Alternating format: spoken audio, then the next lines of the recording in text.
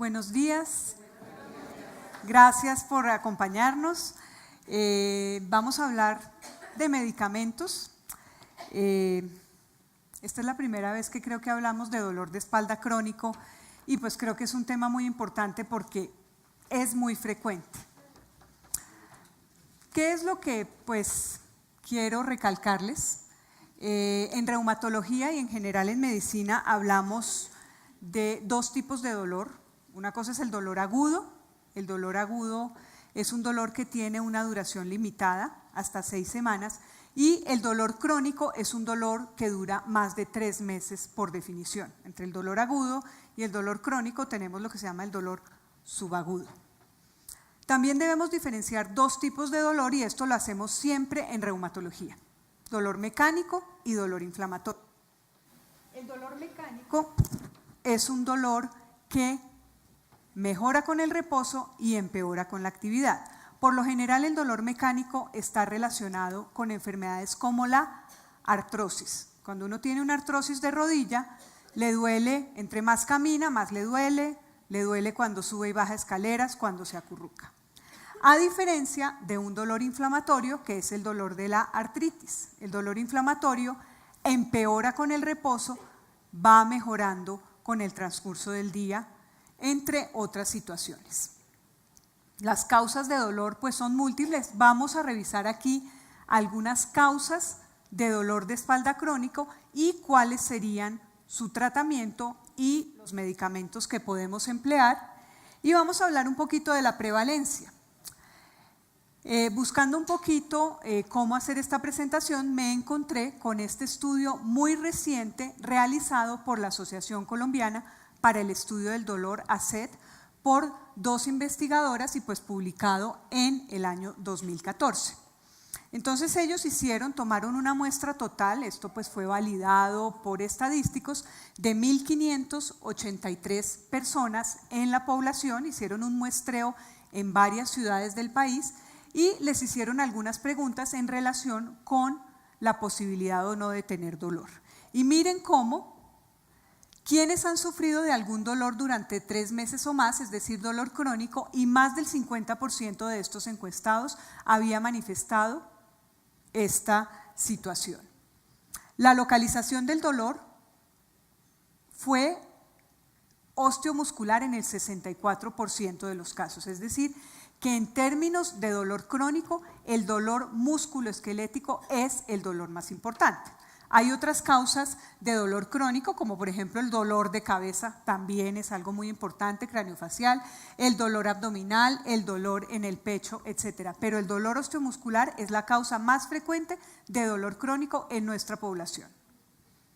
La localización del dolor osteomuscular sí se reparte, digamos en la espalda, alcanza a ser casi un 24%, entonces miren que es una causa importante de dolor crónico, también muy importante el dolor en miembros inferiores, un poquito menos en miembros superiores, en el cuello, también el dolor en el cuello que muchas veces se puede asociar con el dolor de espalda crónico.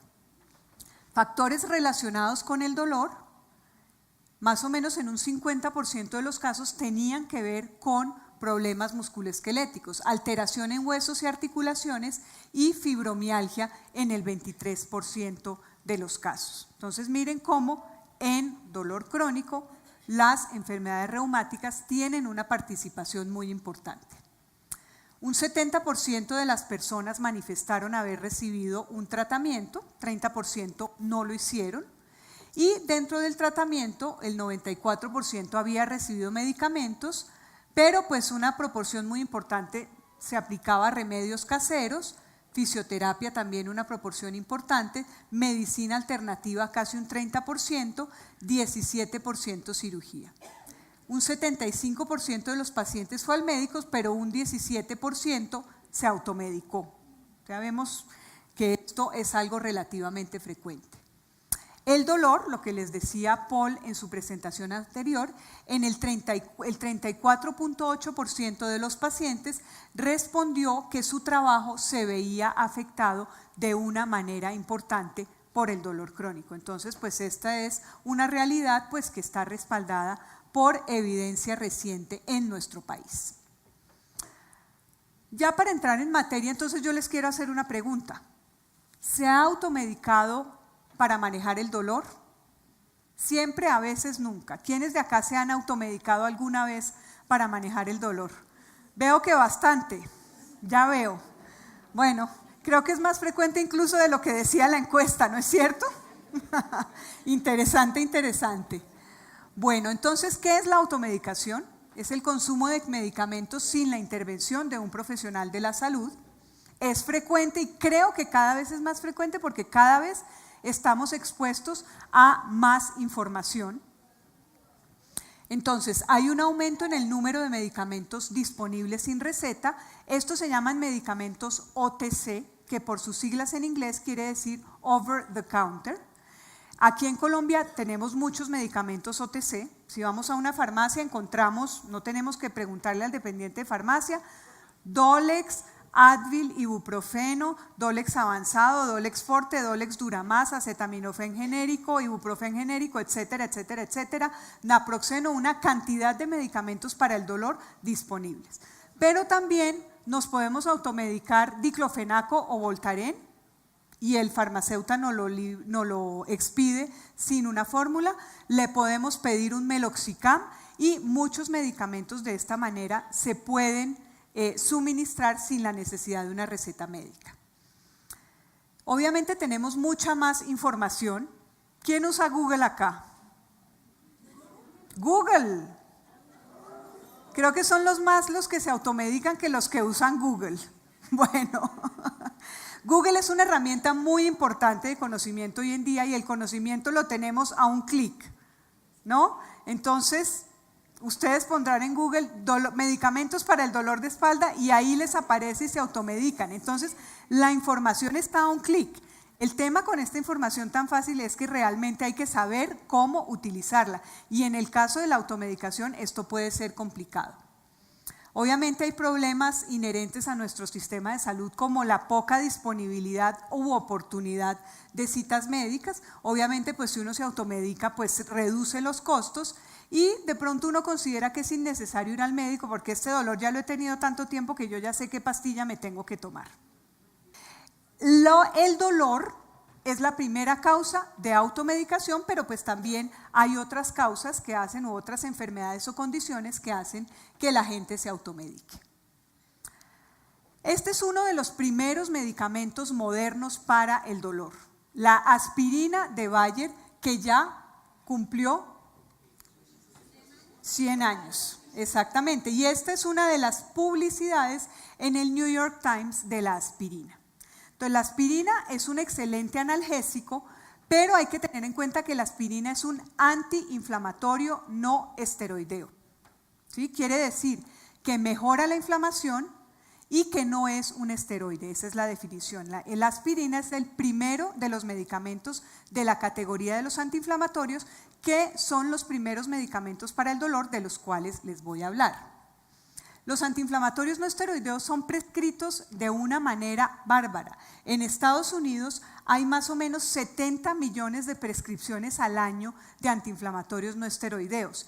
Es decir, que más o menos un 30% de la población está consumiendo antiinflamatorios no esteroideos y el adulto mayor tiene 3.6 veces más prescripciones. Y el adulto mayor, es decir, la persona anciana, tiene mayor riesgo de complicaciones con todo y especialmente mayor riesgo de complicaciones con el uso de antiinflamatorios no esteroideos. En Colombia, como les dije, tenemos varios antiinflamatorios no esteroideos. Aquí tenemos muchos tipos de antiinflamatorios y los antiinflamatorios no esteroideos idealmente deben ser prescritos por un médico. ¿Qué complicaciones acarrea el uso de antiinflamatorios no esteroideos? Complicaciones gastrointestinales principalmente, molestias, gastritis, distensión abdominal, pero lo más peligroso es la aparición de úlceras y de complicaciones de úlceras. Una persona, por ejemplo, un adulto mayor, se toma o le prescriben un antiinflamatorio no esteroideo, puede hacer un sangrado digestivo unos días después. La aspirina, que se usa como prevención de riesgo cardiovascular en dosis bajas, cuando se usa en combinación con antiinflamatorios no esteroideos, puede aumentar el riesgo. Lo mismo el uso concomitante de corticoides, que muchas veces es lo que se hace en pacientes con artritis, también aumenta el riesgo de sangrado. Pero los antiinflamatorios tienen otro tipo de complicaciones potenciales, como por ejemplo aumento del riesgo cardiovascular y aumento del riesgo renal. Hay que tener cuidado con usar antiinflamatorios en personas, por ejemplo, que tienen hipertensión arterial. Por eso, el uso de estos medicamentos debe ser idealmente con prescripción médica. ¿Cuándo utilizamos antiinflamatorios no esteroideos en dolor de espalda crónico? En dolor de espalda crónico producido por artrosis, podemos obtener mejoría. Sin embargo, debemos tener en cuenta que se debe usar por periodos cortos de tratamiento y que se debe usar a la menor dosis disponible y mediante una prescripción médica. Como todo en medicina, pues esto va evolucionando y hace 10 años usábamos antiinflamatorios no esteroideos indiscriminadamente los médicos. Es decir, que si venía doña Magolita con su dolor de espalda crónico por artrosis desde hacía 5 años, entonces nosotros le dábamos su fórmula de meloxicam, de celecoxib, de cualquier antiinflamatorio y esta señora lo tomaba durante años. Hoy en día no es así. Hemos aprendido que los antiinflamatorios en dolor crónico se deben usar alternándolos con otros medicamentos analgésicos y por tiempos cortos a la menor dosis, utilizando medicamentos para proteger los efectos secundarios. Hoy en día sabemos que en pacientes, por ejemplo, mayores o en pacientes que tengan riesgo de úlcera y de sangrado, debemos administrarles medicamentos como el omeprazol, que son protectores gástricos que van a evitar las complicaciones relacionadas con estos medicamentos. La otra causa de dolor de espalda crónico, que es la espondilitis anquilosante, es también una de las indicaciones o es tal vez la indicación más importante para el uso de antiinflamatorios no esteroideos. Casi que la mejoría con antiinflamatorios no esteroideos es un criterio diagnóstico de la enfermedad. La espondilitis obviamente afecta a una franja de población diferente de la artrosis. Generalmente los pacientes con dolor de espalda crónico por artrosis son personas mayores, mientras que los pacientes con espondilitis anquilosantes son personas jóvenes. En el primer caso son más mujeres, en el segundo caso son más hombres. Entonces digamos que en hombres jóvenes o en personas jóvenes es más fácil utilizar antiinflamatorios no esteroideos por tiempos más largos.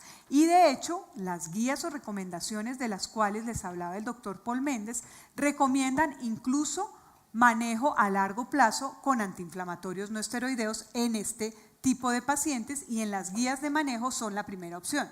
Obviamente debemos como médicos determinar qué pacientes pues no pueden entrar en esta categoría y tienen riesgo con el uso de antiinflamatorio.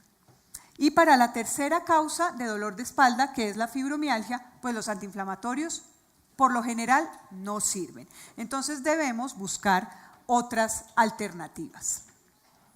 El acetaminofén es el analgésico por excelencia. Como ustedes saben, es de venta libre, uno se toma un Dolex para todo y realmente funciona para muchas cosas. Hay que tener en cuenta que el acetaminofén puede tener toxicidad hepática, o sea, en el hígado importante cuando se toman dosis altas.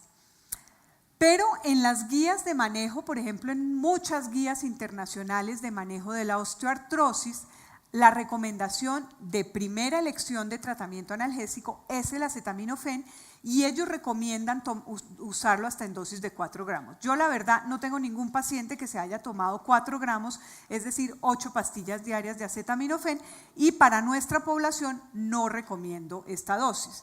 Digamos que una dosis promedio entre 1 gramo o 2 gramos diarios estaría bien.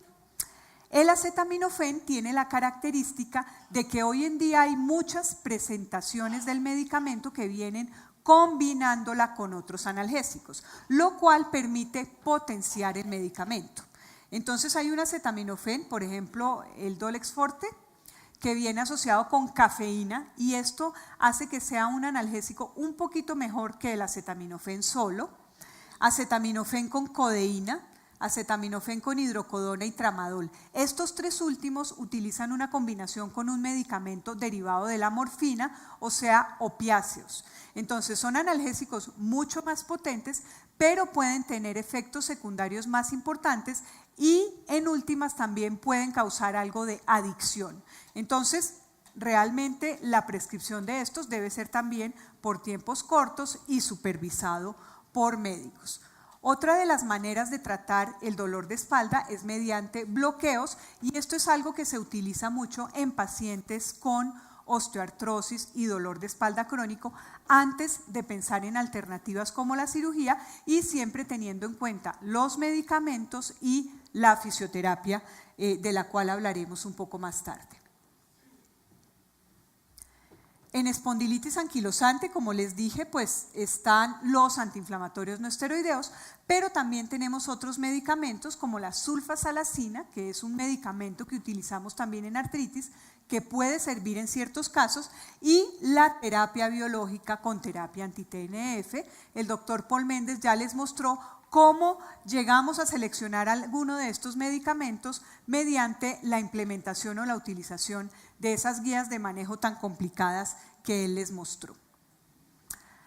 La fibromialgia se asocia frecuentemente con dolor de espalda crónico, y lo que yo he visto muchas veces en mi práctica es que el dolor de espalda crónico, el dolor lumbar, es una de las primeras manifestaciones de la fibromialgia. O por ejemplo, el paciente viene a consulta quejándose del dolor de espalda crónico y nos damos cuenta que también tiene dolor musculoesquelético generalizado.